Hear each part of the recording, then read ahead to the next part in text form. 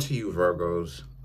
So you Virgos have the Seven of Cups, Eight of Cups, and then you Virgos also have the Queen of Wands.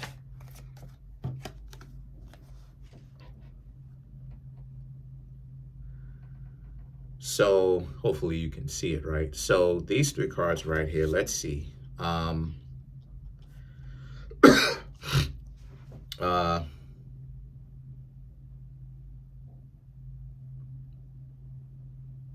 okay, so some of you Virgos have a lot of options, or you have some options, but you are walking away from some of these options, right? Because you Virgos, you have certain standards and ethics about yourselves, and a person doesn't have a similar value system to you. So because they don't have a value system, right, where in which the two of you can end up actually seeing eye to eye with the value system, you Virgos will basically just leave them alone. Some of them may be fine too, but you know, this is the life of a Virgo, you know. It's the life of a Virgo. Uh kind of want to say something, but I'll wait till the end of the reading. But this is the life of a Virgo. You know what I mean? Because the situation with us is, because I'm a Virgo myself, for any of the new people here, the situation with us is that love is one of our hardest aspects of our lives. And so here we are, we dating, you know, we have options too. And then like for some of you Virgos, you'll walk away from everybody, right? You'll just be single for a little while. For some of you Virgos who do decide to actually get to know other people, some of them you'll have to walk away from because they don't have the same value system the way that you do. They don't have the same value systems. And what I mean by that is that, like, for instance, you don't have things in common with them, right? You don't have things that you can become in common with them. The two of you may be different in a way where there's a lot of friction, you know, and especially when it comes to like standards and stuff like this. And see, the thing is that the devil card and the Four of Wands, for us Virgos, right, it speaks to how we've been through this, we've been down this road before, where we tried to make a relationship work, where value systems weren't the same, but we did it anyway because we thought this person looked good, or we thought that more so, we thought that this thing can actually work out, and then it turned out not to work out. It turned out that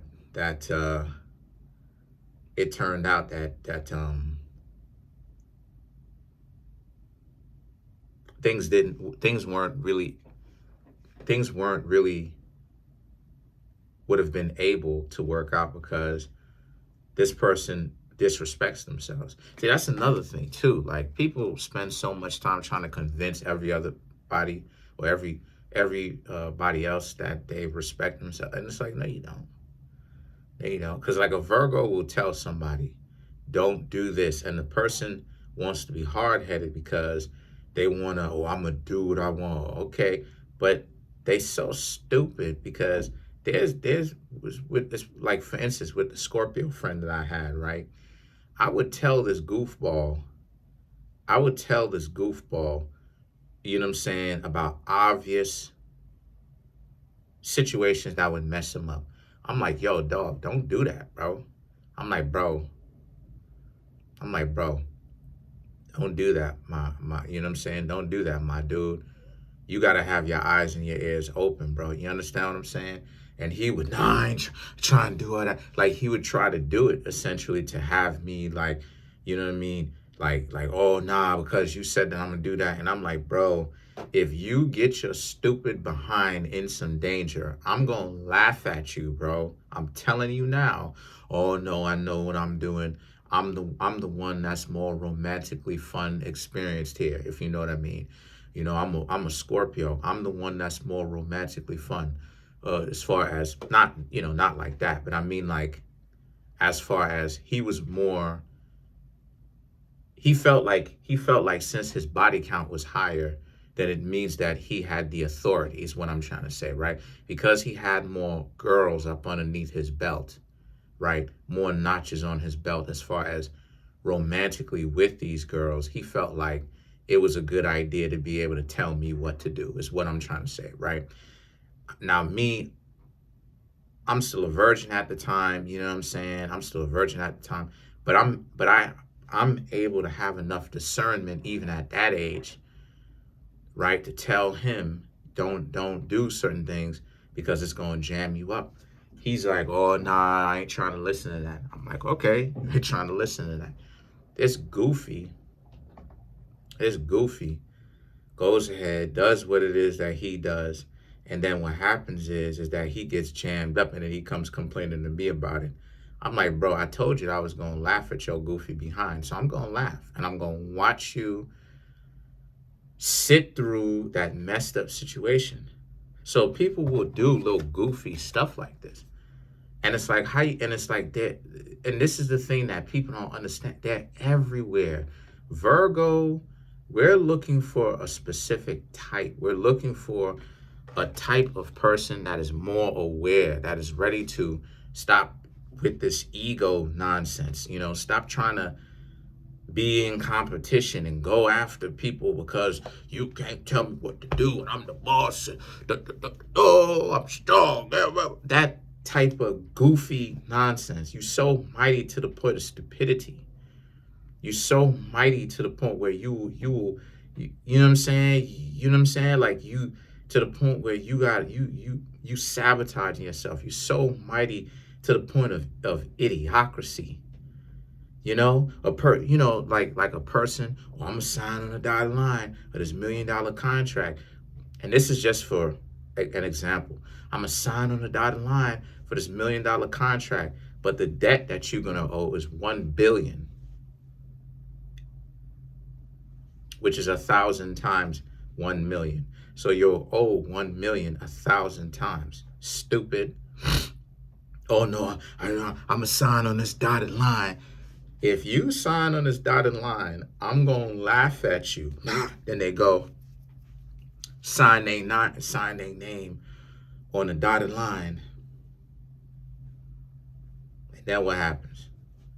Then they come back complaining. Self-awareness, the stupidity, the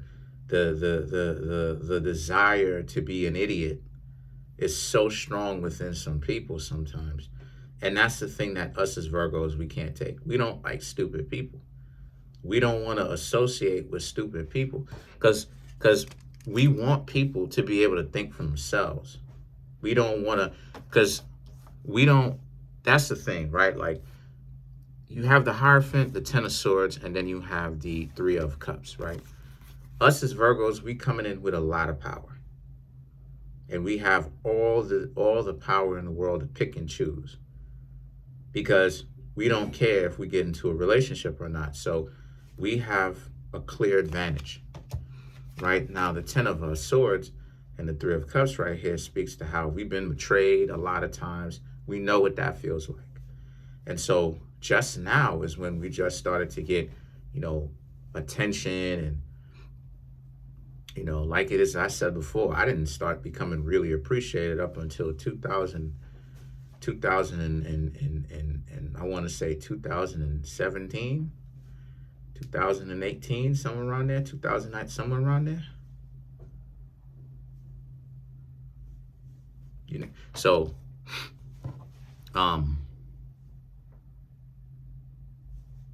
then you have the Two of Wands and the Fool card, like it is, I said before.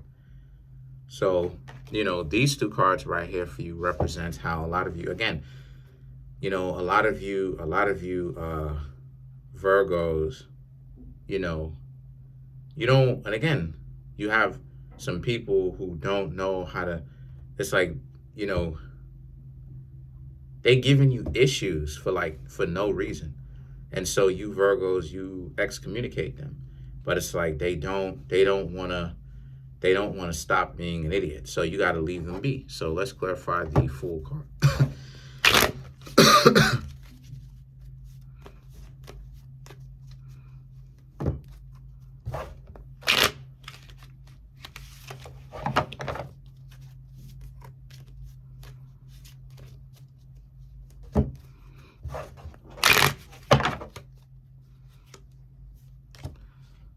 Okay, checking the time. 10 of Pentacles, the Lovers, the Knight of Swords, the Ace of Wands, and then you have the 8 of Swords to clarify the Fool.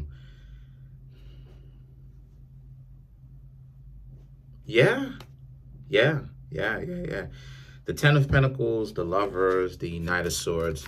Long story short, you Virgos in the past will have shown people love without necessarily needing instant love back or instant gratification back, and it backfired on y'all. That's part of the reason why. Like I said before, it's astonishing how people, like, it's this goes right back into what it is that I wanted to say towards the ending of the reading after this is done.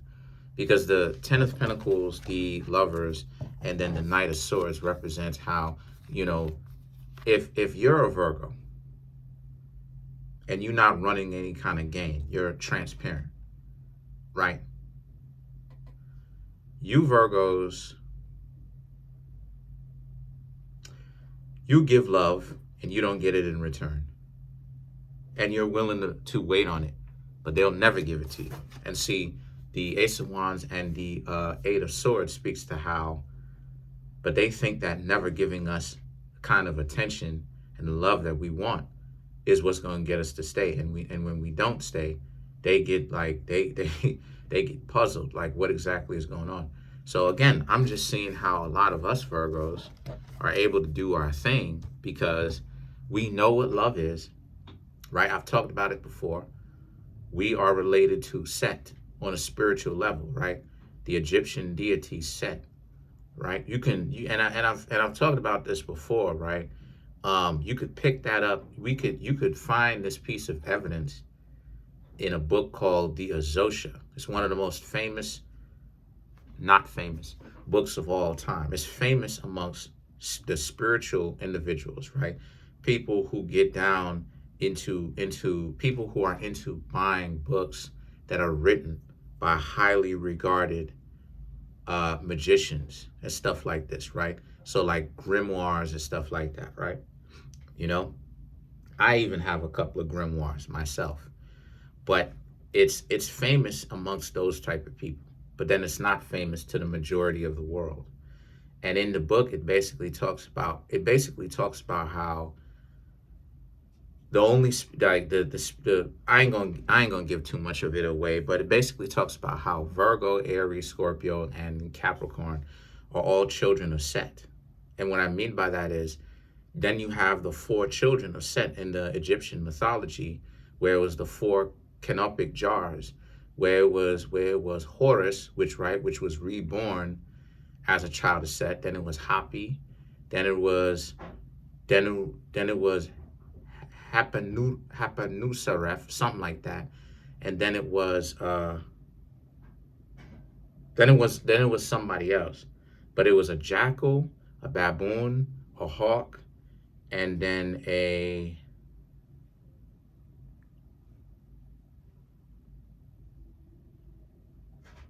dang, it's slipping me. It's slipping me, but I know it was 4 of them. Anyway, the point that I'm trying to make here with that is that we as Virgos, we got to go through this because a lot of people aren't on our level, like I said before. Like, you know what I'm saying? Like, they're so worried about survival and running game and the need to, all of that stuff is weakness.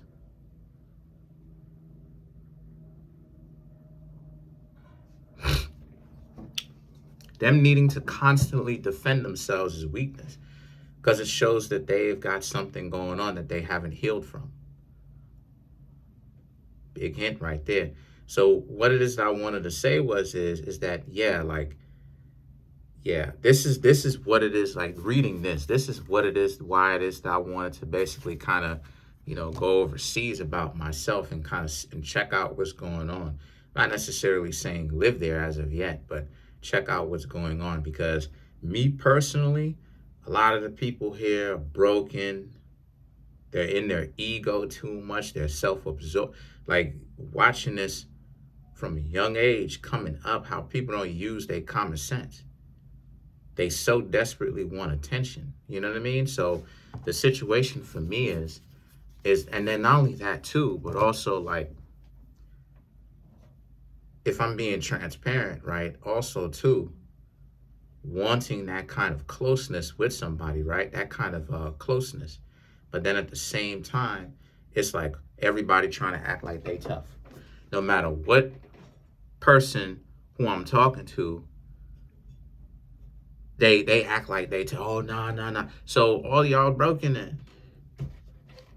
Because I haven't met one individual that is open, that is ready for that stuff yet. All of them got issues. They harboring with them. They trying to keep with them for the rest of their life. They moving forward with that. It's like, yo, you. It's like, yo, you is yo. So what I realized, right? And people try to say, oh, it's not like. Listen, I'm gonna do what I want. Let me do me. You know. For me, what I realized is a lot of the individuals ain't really ready for that. They charging all types of goofy stuff. They want payment. They want payment for you to hang out with them. They want you to, you know what I'm saying? You know, it's about who can get over on. It's corny. Who can get over on the other person? You start talking to, how dedicated people are towards the wrong type of crowd, right? How many times have I came up myself before this YouTube thing, where I've heard people complain about how badly someone is treating them. But then it's like, but when it comes to being in a relationship with me, they can't do it. Pure stupidity. It's goofy. It's game goofy. Pure stupidity. That's stupid. And I wanted to look at those individuals like, I wanted to look at those individuals or whatever like, oh, this is stupid. So it's to get away from this. It's for a lot of reasons. It's to get away from it. It's to get away from the mentality. It's to get away from the psychology, the way that people think, how they move. The fact that this is another thing too. The fact that you can't be how it is that you want to be because they taken spirituality out of the medical curriculum. So now it's like you start talking to people about how it is that you are a spiritual person, and they gotta like falsely diagnose you with some stuff, right? So now it's like, it's like I got into tarot and stuff like this because I've always been spiritual, because spirituality, talking about spirituality, gets the creative juices flowing. I've always been a spiritual individual. And talking about it and reading and stuff like this on the subject it's been a way to calm me down. It's been a way to help me center myself. And like for me, right, not and people, and the thing is that I came up being young, and people and if you're from Trinidad, you'll know what I'm talking about, right? I came up and people used to call me goat mouth, meaning that it's like a Trinidadian slang, meaning that like you say something and then it happens. Anyway, I came up like this, where I would say something, then it would happen. You know what I mean? It would happen or whatnot. So I came up like this in the first place because I would tell individuals, this is what it is that's going to happen. And then it happened like that. And then it would freak them out, because then it would be like, well, how exactly did you know this? And I'm talking about from young. I'm talking about from like 11 years old, 10 years old, 12 years old at the time, telling grown folks what would happen, and then it actually happened. And then they would ask me, how is. So for me, it was something where I did it as a means of, it calms me down. Not only does it calm me down, but also the fact that I love to do it. Watching shows like Yu Yu Hakusho, where they talk about spirituality and spiritual energy and Dragon Ball Z. So that stuff inspired me, because you see these individuals talking about aura, and you start doing that. Now all of a sudden, when you get to be an adult, you start doing that, and you want to start making spirituality your literal practice. Now everybody start looking at you like you a weirdo or stuff like this, right? But then at the same time, and I'm not taking any kind of shots at my religious folks, but at the same time, everybody is wearing Everybody is wearing these garments that denotes their spirituality, whether you're Muslim, whether you're Christian, whether you're whatever it is. Everybody is wearing their own religious headdress and whatever else, right? But then at the same time, everybody is talking about this deity figure, right? God this, God that, God the other, right? Not a problem. Not debating that God exists. But then at the same time, it's like once you start talking to people about spirituality, now all of a sudden it's, oh, you got a mental problem. But the people who do all these rituals and all this all these rituals and all this stuff, and dipping you in water and talking about this and stuff, that's not a problem. So, it's been wearing on my soul. It's been wearing on me from on my mind. My soul is perfect, right? Everybody's soul is perfect, but it's been weighing on my spirit, I should say. It's been wearing on my body where, like, I don't want to be in a place, and it's no disrespect because I'm not knocking this place at all. I love America. Now, the United States is where I'll put America. I'm talking about the American, Moorish American Constitution, right? The preamble citizens. I rock with it. But it's been wearing on me where it's like, yo, I can't respect a place where the hypocrisy is all over the place. They claim they do all these traditions, these things that are antiquated, right? But then at the same time, it's like once you start talking to people about spirituality, oh, now it's, oh, you know what I'm saying? Now they start talking to you. Now they start talking all this other stuff and bashing you and start thinking you crazy. It's like, but let's look at it though. You reading a book talking about the book, right, is from such and such. So it should be a touche.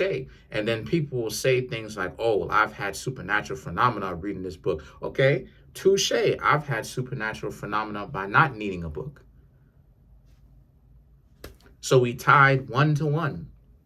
So what exactly it is that we're saying here? Oh, well, the supernatural phenomena that you, right, the religious folks, right, some of them, the ones who are deluded, will say, oh, well, the reason why it is that you have a supernatural phenomena is because you tied to some aggressive spirits or whatever the case may be. That, you know what I'm saying? You tied to some aggressive spirits, and then they'll say, oh, well, my book is tied to the Lord and all of that. There's a caveat with that. Real spiritualists, real people who practice magic, real people who practice spirituality, the individuals who have gotten past a certain spiritual level, not only do they not practice conjuring up aggressive spirits, but the aggressive spirit, the most aggressive spirit that religious people say, right, begins with an L, Lucifer and all of that, we don't even worship. Not only do we not even worship that, he doesn't even exist. The only person that it is that we call actually giving reverence to is God. Satan doesn't exist. And the thing is, one of the differences is that us spiritualists can actually prove that Satan doesn't exist. So not only are we not wasting our time, even if the clown did exist, we wouldn't waste our time getting closer. Some of us would, but that's a misnomer. Some of us would. But the clown doesn't even exist. And we do not waste our time worshiping this goofball. We worship and we try to incorporate that into ourselves, being rebellious when we need to, asking questions, being inquisitive, being creative, because we understand that ultimately, if we are being spiritualist and we're doing our thing, even when we're being peaceful, the religious folks will bash us and we will become the enemy like Lucifer did, even when we're not doing anything. This is the principality of taking on the Luciferian spirit. It's not about